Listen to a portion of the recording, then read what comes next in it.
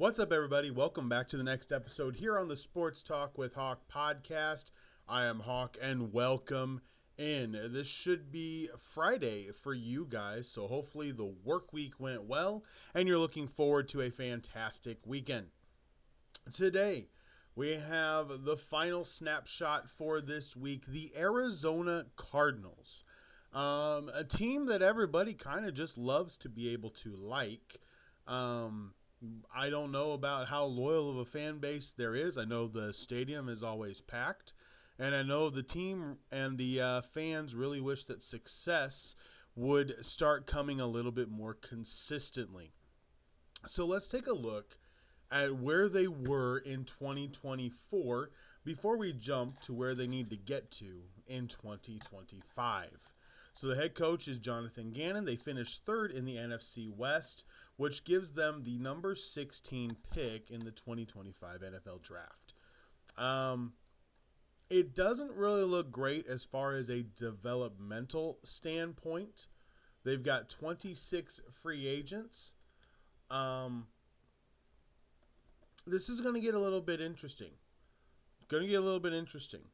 And the question is, where do they need to improve? That's always the question. Well, it's actually a little bit different than what I originally thought. So with defensive head coaches, the thing you have to look at is their side of the ball improving or not? Regardless of how much money you spend, regardless of the different picks you put over there, do they fundamentally get better? Here's what the stats say about the Arizona Cardinals.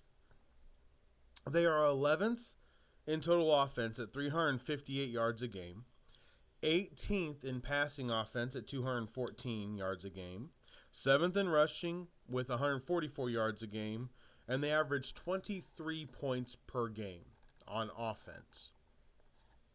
Defensively, which is what Gannon's specialty is, and you've heard me harp on this with a couple of other coaches. Defensively, 21st in total defense at 342 yards a game, 14th in passing at 216 yards a game, 20th against the run at 126 yards a game. They allowed 22 points per game. So they averaged one more point per game than they allowed. Not horrible, but the defense should be better for a defensive coordinator. They should be better. I don't know what the plan is in free agency. I'm not sure what they're going to have to do. We'll go over some of their free agents that they have coming into this offseason here in a second. Turnover differential. This was pretty good, though. They were -3 in the turnover differential. They, had 9 interceptions and 11 fumble recoveries. On the giveaway side, 9 interceptions, 8 fumble recoveries. On the giveaway side, they gave away 11 interceptions and 9 fumbles. So they had to they got to make this a little bit better with the defensive coach.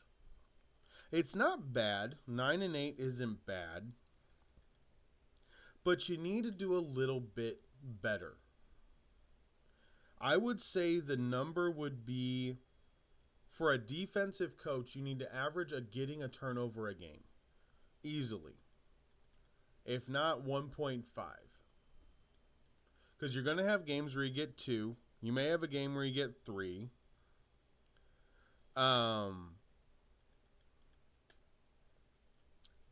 There's got to be something else. What bothers me about Gannon is everybody says he's such a good, everybody being people that were in Philadelphia and some people that knew him, saying, yeah, he's intense, he's an honest, straight up, no nonsense type of guy. Fix your dang defense then. Like, in your division, you just screwed up. They had the number one spot in the division and crapped it all away in the final 5 weeks. You know, that's gotten multiple coaches fired in the past. Somehow it didn't get Gannon fired. If I was the brass, I would, once again, like last year, I said go get Pete Carroll. I said it last year. I said fire Gannon, go get Pete Carroll to compete in this division again. What happened? You didn't do it, and now Pete Carroll's in Las Vegas, going to turn around that franchise with Chip Kelly as his offensive coordinator. Now, you're sitting here in Arizona. Bruce Arians, you had a lot of success. Doggone it, go get Mike McCarthy now. I would make the call to Mike McCarthy, be like, Mike, do you want to come coach the Cardinals? If he says yes, you fire Gannon, you hire Mike McCarthy, and then you've got a coach that is easily able to compete, because Kyle Shanahan, let's just be honest, he's got to have a lot of things go right for him to be able to coach. He hasn't had much adversity, which I believe is where his weakness is right now. Sean McVay is the best coach in that division. If you get Mike McCarthy to the Cardinals, it would be a toss-up between McCarthy and Shanahan. Because Shanahan doesn't take care of the little things. Now, Mike McCarthy struggles in some of the little things. Definitely struggles in some of the little things as well. They both have weaknesses. But offensively, Marvin Harrison Jr., Trey Benson, James Conner, Tanner McBride, you know, I think he worked with Dak Prescott. He could make it work with Dak Prescott. He'll make it work with Kyler Murray. I don't know why in the world Gannon is still the coach. Unfortunately, I just see them continue being in mediocrity. Not necessarily because of the players or how the team is structured, but because I have no faith in the coach. None. I was happy when Kingsbury pulled his name out. Not just for the fact that I want Jaden Daniels to have the same offensive coordinator, but coaches have tendencies. Cliff Kingsbury starts losing in the second half of the year. The Washington Commander offense struggled the second half of the year before Kingsbury finally got his head screwed on straight and started calling plays better. They have tendencies, and Kingsbury has proven he can't close out the year. The same thing as the Pittsburgh Steelers. Tomlin has now proven he can't close out a season. He can't win late. November, December, play the Steelers. Play the Steelers in January. You don't have to worry about losing. You will win. Like, come on. You can't close out the season. You can't be first in a division with the Seahawks, Rams, and 49ers and then end up third because you squandered away everything and didn't end up finishing it out. This was a year for the Cardinals to be able to take the division title. This was the year for the Seahawks to take the division title, and neither one of them did it. It may be harsh, but it's the reality. So if you're the Arizona Cardinals, you got to improve on defense. You've got to improve on defense. It's the only way you're going to make it in the NFC. So now looking at the thumbnail, we got $68 million in cap space for them. 26 free agents, 21 of them are unrestricted. So here's who they have on their free agent list. They got Kaiser White, Will Hernandez, the offensive guard. Matt Prater is a free agent. Dennis Gardeck, Kelvin Beachum, Evan Brown. So you've got 3 offensive linemen that are free agents. That total, let's see here, 2.5, that's 5 mil. Roughly about $9.5 million between those 3. Kaiser White's a $5 million guy. I would absolutely sign White to a 2-year deal. He's 29 years old. I'd sign him to a 2-year deal if he's willing. You got Zach Pascal, Zay Jones, role player receivers, no big deal. Chris Barnes, Baron Browning, Julian Okora, Jeez, I felt that one coming. So you got 3 linebackers that are free agents now.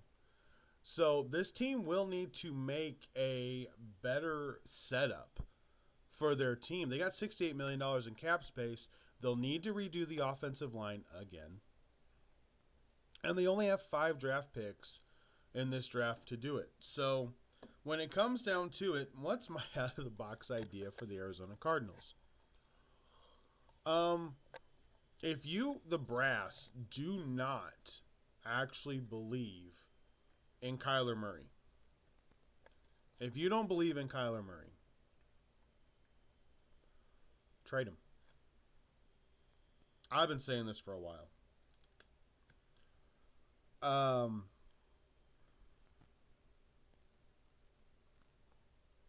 Kyler Murray is not going to win you a championship in Arizona where he has to be everything. Kyler Murray needs to be the support quarterback, not the star quarterback. Jalen Hurts is not winning because he's a good quarterback. Jalen Hurts is winning because the team is so damn good around him. He can suck, and everybody else is just that good. Sorry, Jalen Hurts is what Jalen Hurts is. They took the ball out of his hand, they started winning. They have him throw a ton, they lose. He's a bad quarterback. Bad quarterback. Kyler Murray needs to be traded. And in a year where the draft is kind of weak, I think you can go after a couple different teams, potentially making the 2026 first-round pick the focus of the deal. You only have 5 picks in this draft. So if you're going to trade Kyler Murray, I'd go for a 2026 first-round pick. Now the question is, who? Well, I'm going to give you 3 options. Number 1 is going to be the Raiders. I think they're the ones you call fast because I think they would pick up the phone the quickest when it comes to getting a quarterback of Kyler Murray's style with a offensive coordinator like Chip Kelly. So I definitely think the Raiders would have to be on the first on the list. Now they may say no because they have a different plan, but they'd be first on the list. Secondly, I would absolutely go after the Pittsburgh Steelers. Kyler Murray doesn't necessarily fit Pittsburgh, but neither does Russell Wilson. They don't have a big worry with having small quarterbacks. And they would like the opportunity to have a guy that can throw the ball downfield to George Pickens and get the ball to the receivers. So I think you go after the Steelers. And then the third team I think you really have to look at when you look at everything as a whole, truthfully, is the New York Jets. I don't think Murray does good in the New York market, but that's not you don't care if you're the Cardinals, you're getting him out of Arizona. What do the Jets have that the Arizona Cardinals may want? Well, if you can get that first round pick, I think that'd be huge. It depends on how Garrett Wilson feels. Remember, he said if Aaron Rodgers is going to be the quarterback, I don't want to be here next year. So we got to wait and see how that saga plays out, because if Garrett Wilson's on the market, you go get him. He's a receiver, not a quarterback. I don't know how that new GM is going to be able to do, but my thought is really simply this. Kyler Murray, maybe a third-round pick next year for Garrett Wilson and a first-round pick. It's still a quarterback-centric league. Now, if you think that doesn't make any sense, I'm not disagreeing with you, but a quarterback is going to hold more weight than a receiver. And then what do you have in Arizona? You then have the opportunity to really grow on offense with Marvin Harrison Jr. and Garrett Wilson as your 2 receivers. That right there means whoever comes in, because I don't think if Gannon makes it a third year with missing the playoffs again, I mean, at this point, I'd say the Arizona Cardinal brass is just like, whatever. They've got to make a move. And to me, you got to fire Gannon and go after McCarthy. If McCarthy's out till next year, fire him and go after McCarthy next year. That's my thought. I don't think Flores necessarily fits down here in Arizona. He may. I don't think he really fits what Arizona is. It's very laid back. Bruce Arians worked really well in Arizona. So I'm not sure how that would work. But the reality is, I think you got to move off of Kyler. And I think it's once again going for 2026. You can draft a rookie QB this year. Shoot, go get Jalen Milroe. I'm not kidding. Go get Jalen Milroe. You know why? You get the same issues with Kyler Murray. At least Jalen Milroe can really run still. Kyler Murray is kind of hesitant to run because he is so afraid of getting hit. At least with Jalen Milroe, you'd have the ability to run on the outside. The zone read option would be absolutely viable with him. Get Garrett Wilson and Marvin Harrison Jr. This should work. Even with Milroe, I think you could go 7-10. Use the picks. It's a defense-heavy draft. Use the picks on defense. Use the cap space in the offseason for your offensive line. You've got to compete. The 49ers can turn around really quick. The Rams aren't going to miss a beat. They're probably going to go back to dominating this division because the defense is all freaking 22 and 23-year-olds. That defense is going to get better and better. Look what they did to Philadelphia. Look what Jared Verse and Braden Fisk, Turner and Young can do. If you're not petrified of that defensive line moving forward, then you don't understand football and you don't understand how important a defensive line controlling the game is. It matters. And the Rams have one of the best front fours. I would say arguably the best front four right now. If you go straight across the board, I will take the Rams front four heading into 2025 over every other front four in the NFL, including the one, barring Myles Garrett going and pairing with a Aiden Hutchinson or a Max Crosby, barring any of that. The best defensive line is the Rams. If you're the Cardinals, you need to make a move. If you actually want to compete for the playoffs, because it's going to be hard, you better make a move. And if you trade Murray, the fans will know what you're doing because the 2026 draft is stronger for quarterbacks. So the fans will know what you're doing. And when they know what you're doing, they can support what you're doing. I take all defense this year. Get that defense in the top 15. It should be. You're a defensive head coach, for gosh sakes. Your defense should be top 15. It's not. You got to get it up there. Gannon is in a prove-it year. He's got to prove he can coach. And he's got to prove he can win late in the season. If he squanders a division lead again as badly as he did this year, he's definitely out.